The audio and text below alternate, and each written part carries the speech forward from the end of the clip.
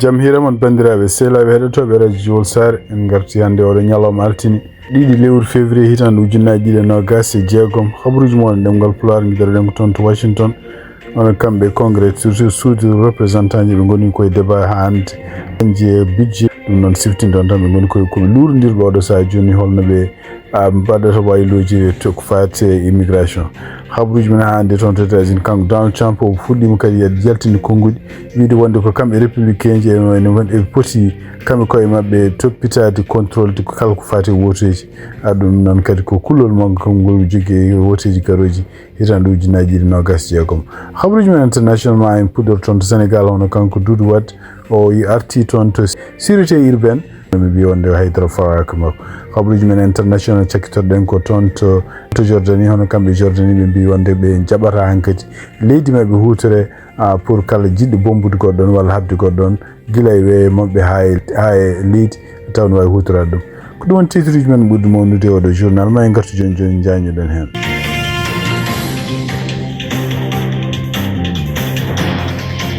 kabaruji mun e ɗemgal Pulaar e dande musidɗo mun Amadou Touré. bandiraɓe sehlaɓe heɗotoɓe radio Jowol Sare jaam hiire moon gonɗen joni ko 9h jamma ɗo e Mason ɗum noon ko oɗon heure ni toon to New York toon to Paris ɓe goni ko 3h du matin toon to Dakar e Nouakchott ɓe goni ko 2h du matin ɓuuɓol en mayni gonɗen oɗo saha joni ko moins 2 degré ɗo e 10h ma température ɓeydo tallade ma woni moins 4 degré ɗo hedde 1h 7h du matin sen pini kawten ko température woni moins 5 degré ɗamina janggo kikiɗe hawnaki ma tuɓoji mbat ko noon ñande aljuma kadi ɗamina ma neige so fuɗɗito kadi donc toon to New York ɓe goni ko moins 7 degré toon to Nouakchott ɓe goni ko 18 degré ɗum noon ko même température woni toon to Dakar toon to Paris ɓe goni ko 7 degré habaruji moɗon e ɗemgal Pulaar no mbiruɗen ni puɗɗoɗen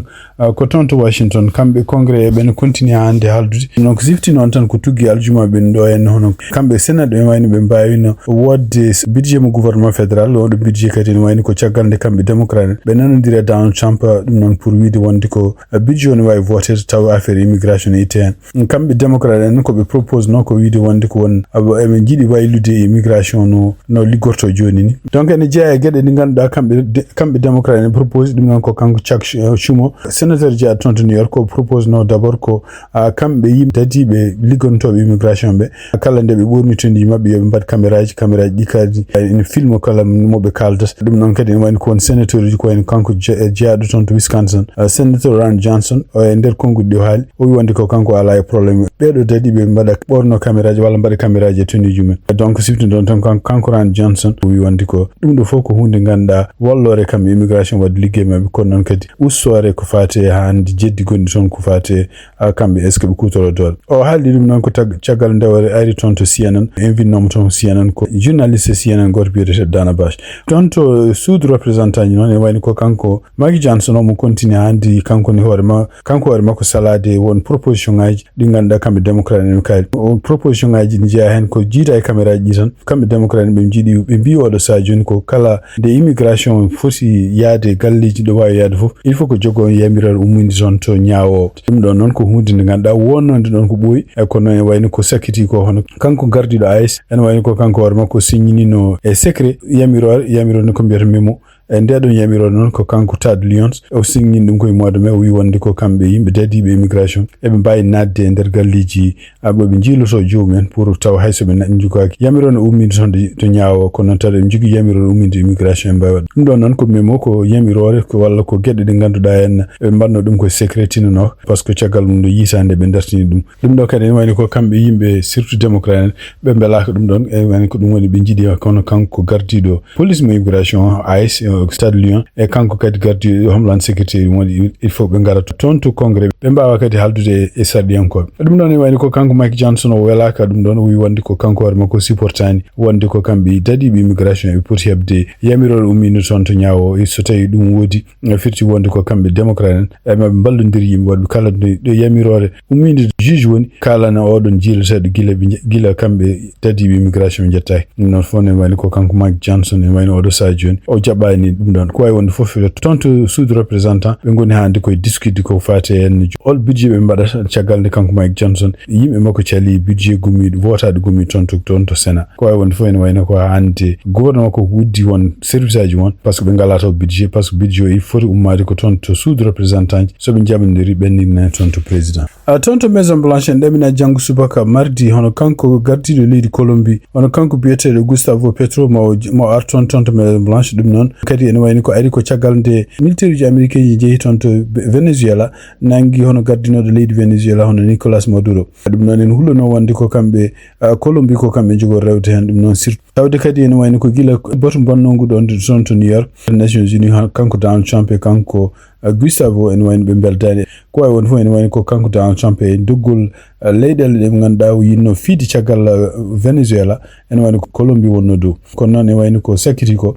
kamɓe ɓeyɗo ɗiɗo kanko Donald Trump gardiɗo leydi États-Unis kanko Gustavo Petro ɓe mbawi kadi haalde téléphone aji ɗum waɗi ɓe dakkodiri wonde ko kanko Gustavo Petro o mara toon to Washington ñande mardi 3 lewru février hitande ujunnaji ɗiɗi nogas jeegom kadi o mara toon to Maison Blanche o joddo e Donald Trump andaka noon holkoɓe jogori dakkodirde surtout yen ɗeɗo leyɗele ɗi tawde kanko Donald Trump mo continue wiide hande wonde ko leydi Colombie way kono leydi Venezuela ni kala drogue pewnteɗo natoɗo e Amérique ko toon ara ko way wonde fof e nder yimɓe haalaleɓe ko fati politique miijoro oɗo sa joni ko gargol makko kanko Gustavo Petro toon to Washington ɗum noon ko yidde dandude leydi makko hono leydi Colombie hoto américain jan toon ko way wonde fof kamɓe Colombie tungnade kadi e janiyankoɓe wonɓe toon taw ko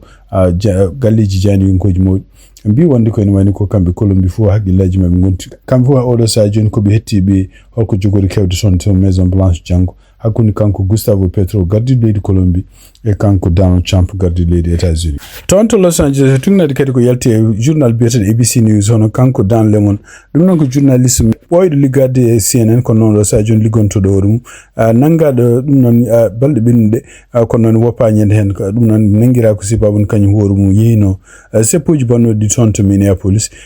taw ko église goto ɗiɗon seppoji kadi kamɓe gouvernement fédéral mbi wonde ko kanko Dan Lemon ene wayno ko ari toon o ari toon kanko waɗi makko yinno ko fewjidde ɓeɗo seppoɓeɓe ɗumen peeje pour wawde addude fitina hadde ɓeɗon yimɓe wonnoɓe toon église wadde diine mumen ko yamir ɗumen ko wawi wonde fof ene wayni ko caggal nde nanga toon hono juge goto woppi wimo wonde ñano nanga nde wimo yo o woppi ko yacci ɗum noon kadi taw kanko waɗi makko sohlani rokkude garantie ɗum noon guila nde ene wayni ko kanko Dan Lemon o ɓeydima wonde lolluɗo oɗo sa joni yiyama toon kadi toon to Los Angeles ko dental bandungal toon ɗokkudi ko wiyeten jeenaji wiyama toon kanko Dan Lemon omo woni toon kadi omo waɗa reportage ɗum ɗo en taw ko oɗo événement baɗɗo toon ɗum ɗo fof noon ene wayno oɗo sa joni kanko Dan Lemon tungnade hande e ABC News ko haali mbi wonde ko ene wayno ko lolluno ko o ɓeydima lollude oɗo sa joni siftinde on tan oɗon église toon gonɗo toon to Minneapolis ko église gonɗo toon to Saint Paul ene wayno ko kanko Dan Lemon o fotti toon kadi ene wayno o tawi toon kadi ko yimɓe seppannoɓe ɓeɗon yimɓe seppannoɓe noon mbino wonde ko goto e ardiɓe oɗon église walla goto e yimɓe wajjotoɓe oɗon église kañum hoore mum deke ɓe tawi kañum hoore mum ko neɗɗo jeeyaɗo e yimɓe nangoɓe immigré ji gon toon ɗi ɗum waɗi donc kamɓe yimɓe seppannoɓe koɓe gullanno ko awɗon moɓe mbi wonde ko kañum hoore mum deke wonata ga en ko enen waajo e nder église kono deke kañum hoore mum liggey muɗum jeeya koye ardiɓe bureau ji immigration wonɓe toon to Saint Paul ko wawi wonde fof ene wayni ko kanko Dan Lemon o woppama o nanganoma gila toon to Minneapolis caggal muɗum juge goto wimo wala wiɓe wonde ko ɓe ngala droit nangudemo kono ene wayni ko caggal muɗum cour d'appel goɗɗo yamirino wino wonde ko omo wawi nanguede tawde ko toñƴo ko wawi wonde fof ene wayno oɗo sa joni kanko Dan Lemon o fati ko ñawore makko ɗum noon ko ñande 9 lewru février o foti ruttade toon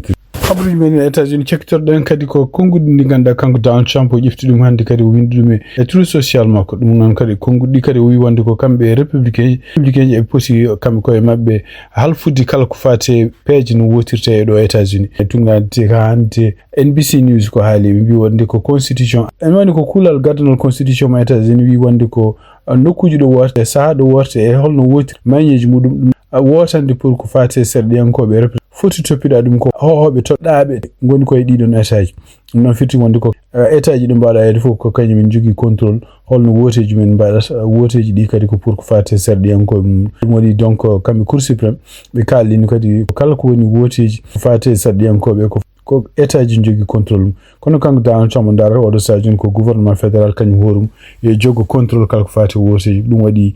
yiyama yontirɓe nde kanko hoore makko neldi toon FBI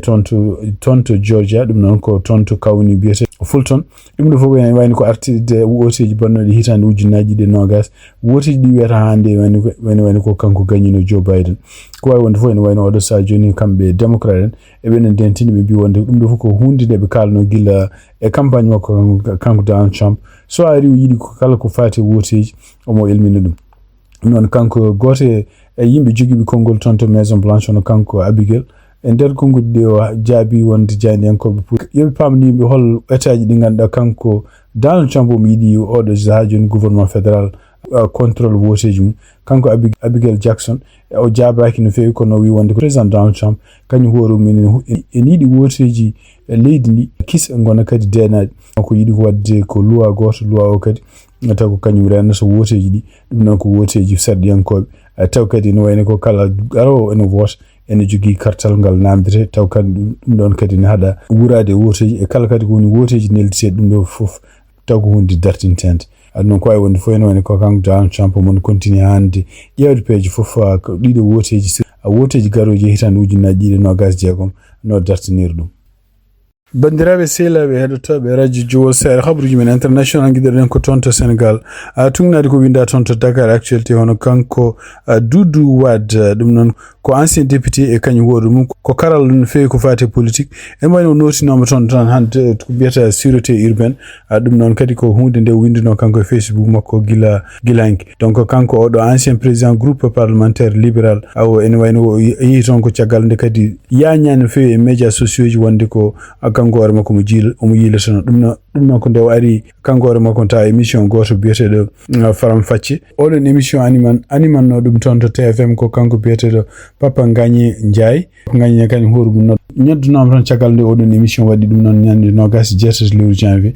kono woni caggal mo opama kono ko wawi wonde fof kanko Doudou Wade nde o nani ɗiɗon haalluji wi wonde ene wayno ko oɗo sa joni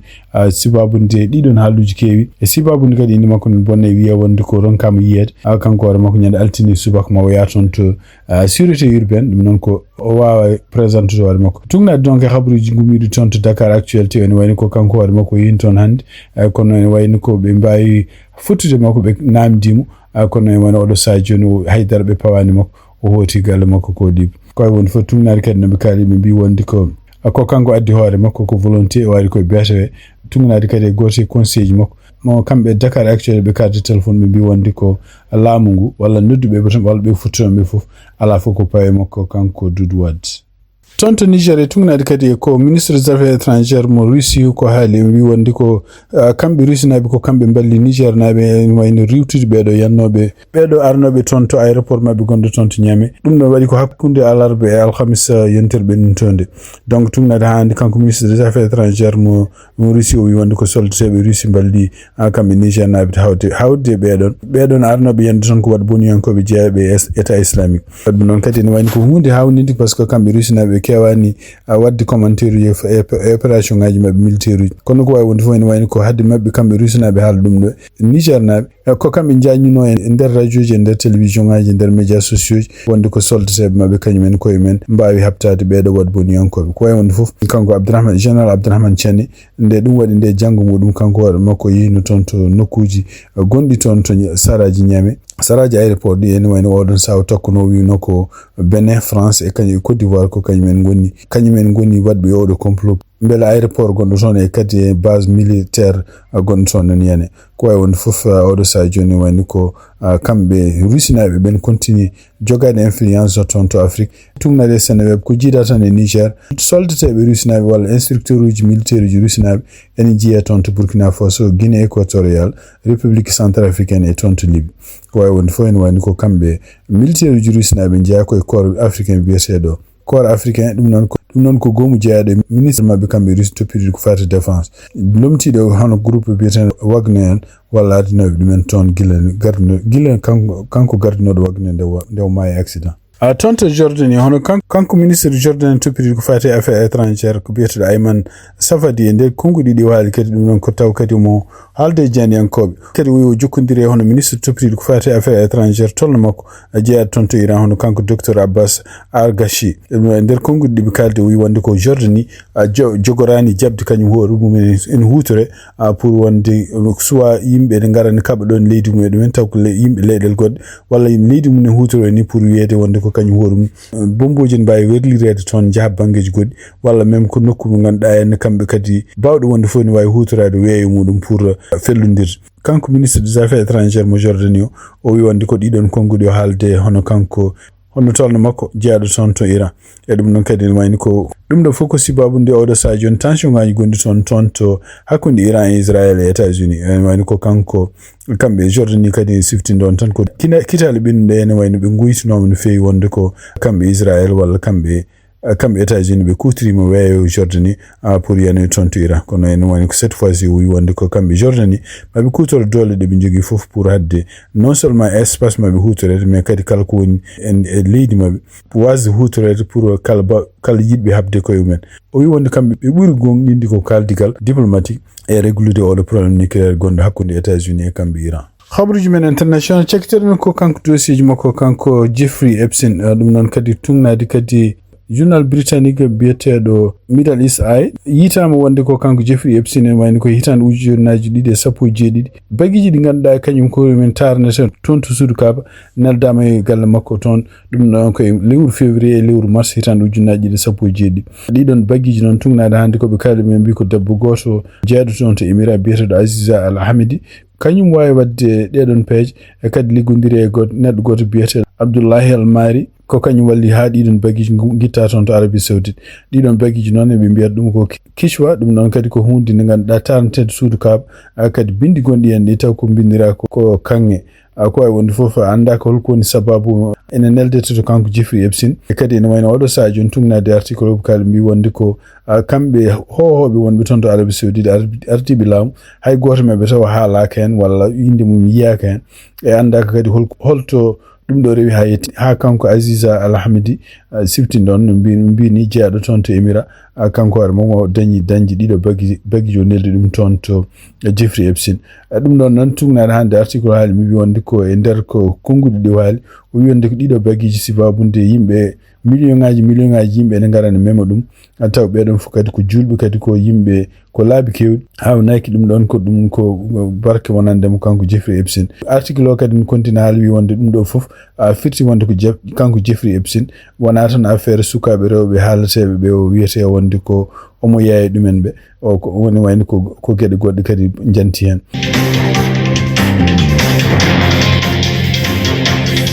bandiraɓe sehlaɓe heɗotoɓe radio Jowol Sare habaruji min jogo noon hannde oɗo ñalawma altine 2 lewru février hitande ujunaji 2026 gasi ha laaɓi yen mbaali jaam ha janggo kadi so Allah jaaɓi maygo on jarama.